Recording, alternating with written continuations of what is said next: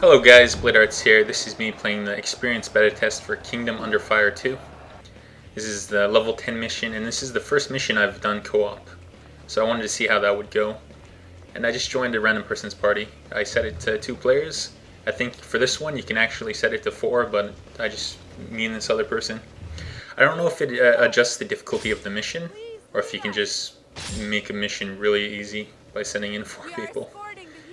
Yeah, this is, I'm going to be uploading a few more battles into my profile. Most of them are single player.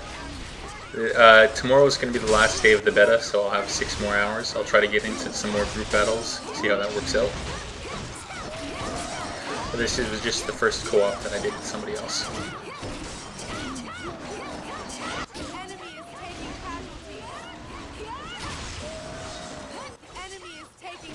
And for this battle, it had each player could bring 2 different troop cohorts.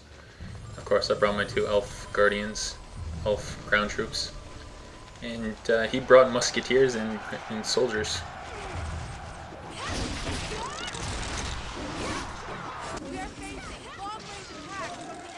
I think musketeers would be the level 2 that you can get the swordsmen. Upgrade them to musketeers at level 2. Some dark elves.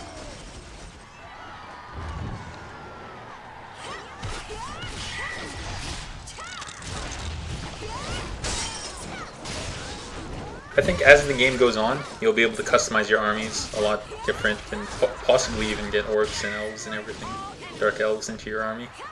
Because there's 30 different race types for potential armies. Maybe just these early missions you just have to choose between the elves and the humans. But later on you might get different choices, better choices. You can mix and match.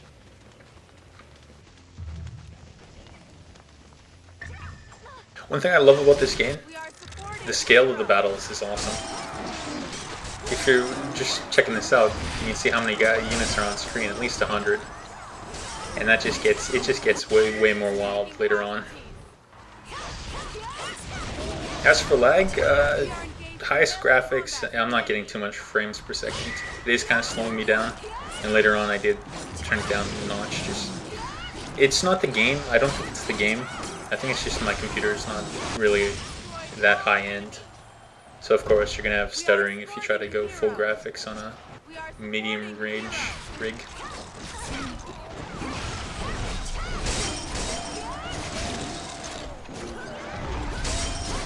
This is the first encounter with one of these giant scorpion things.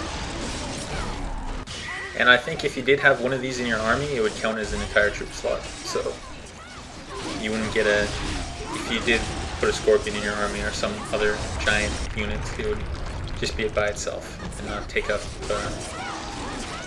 not be a large group of units, not be like 20 guys, 30 guys that you would normally get.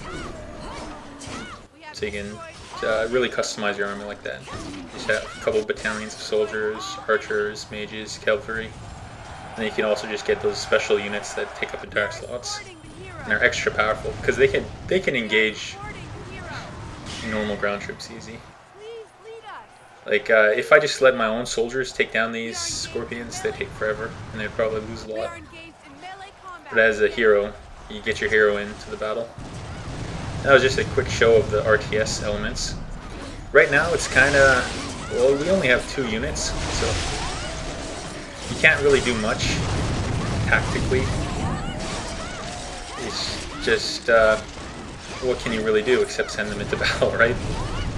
But as the battles get bigger and you maybe command 4, 5, 6 different unit types, I think it'll get a lot more complicated and a lot more difficult. You'll have to know when to send troops in, where to position support, where to send your hero to, and as the battles just get huger, there's going to be 4-man, and then somebody said 20-man raids. I don't even know how that's going to work. It's going to be interesting.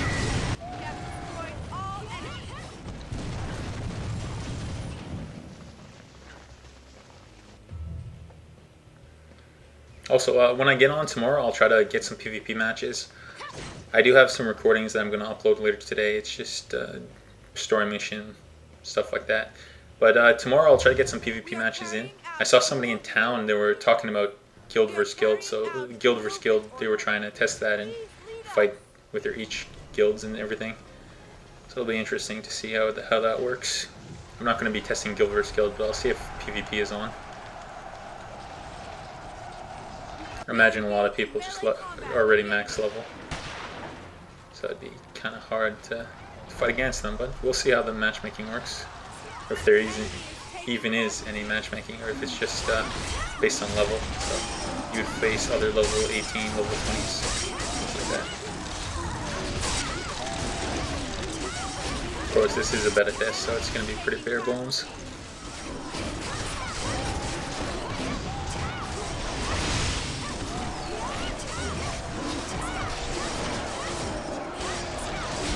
One of the things I need to find out if I can shut it off is the Elven infantry. They get an ability, you can see it counting down 13, 12 seconds right now on each of theirs. It's called Cure, and it kind of blinds you.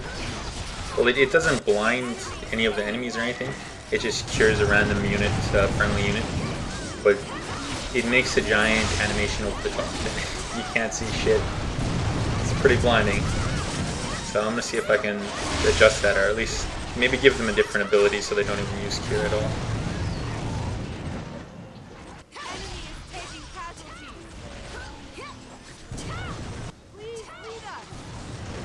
Of course, long range Scorpion doing its tail whip.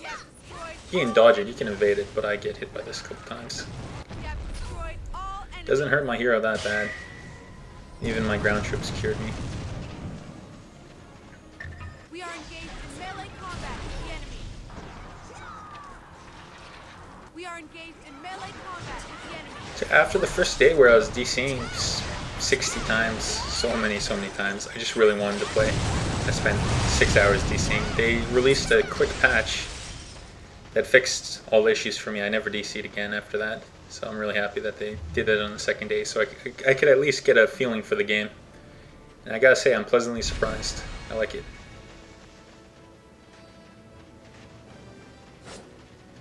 So there's the mission. I got a B. I don't know what that really means. You can choose a reward at the end too. So I got a rare item, Private's Rapier. Thanks a lot for watching, guys.